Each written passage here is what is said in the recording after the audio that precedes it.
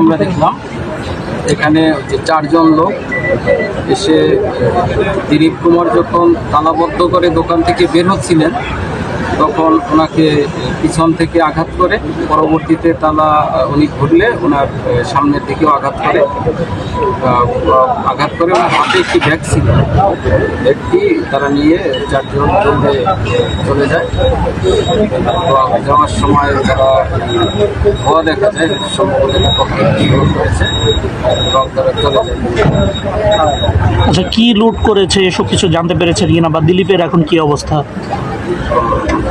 দিলীপ হসপিটালে আছে, সংবাদ আমরা খোঁজখবর নিচ্ছি, সংবাদ দিয়ে জানানো হসপিটাল কর্তৃপক্ষ তো নিশ্চিত করছে সে মারা গেছে। আপনার এরকম কোনো তথ্য পেয়েছেন কিনা?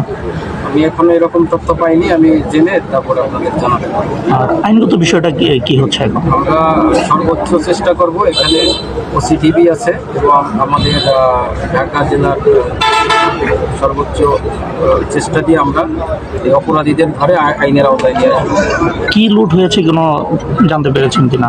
এখনো জানতে পারিনি, তার সাথে কি ছিল এটা জানতে পারি জানানো।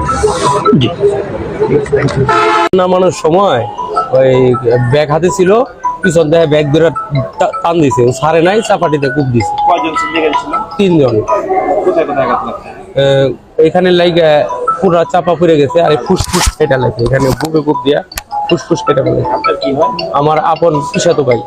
আনুমানিক কত ভরি স্বর্ণ হবে বা ক্যাশ টাকা? আনুমানিক হয়তো 15-20 ভরি স্বর্ণ হবে। চাপা কূপ দিয়ে যে আহত হয়েছে ওনার আসলে বাড়িটা কোথায়? ওটা গোপীনাথপুর দাসপাড়া। এটা কি এই যে পাথালিয়াতে? হ্যাঁ, পাথালিয়া ইউনিয়ন, আপনার হলো আপনার আশুলিয়া থানা। দোকান থেকে কত দূর বাসা? বাসা 1 কিলোমিটার। আপনার নাম? সরস্বতী দাস।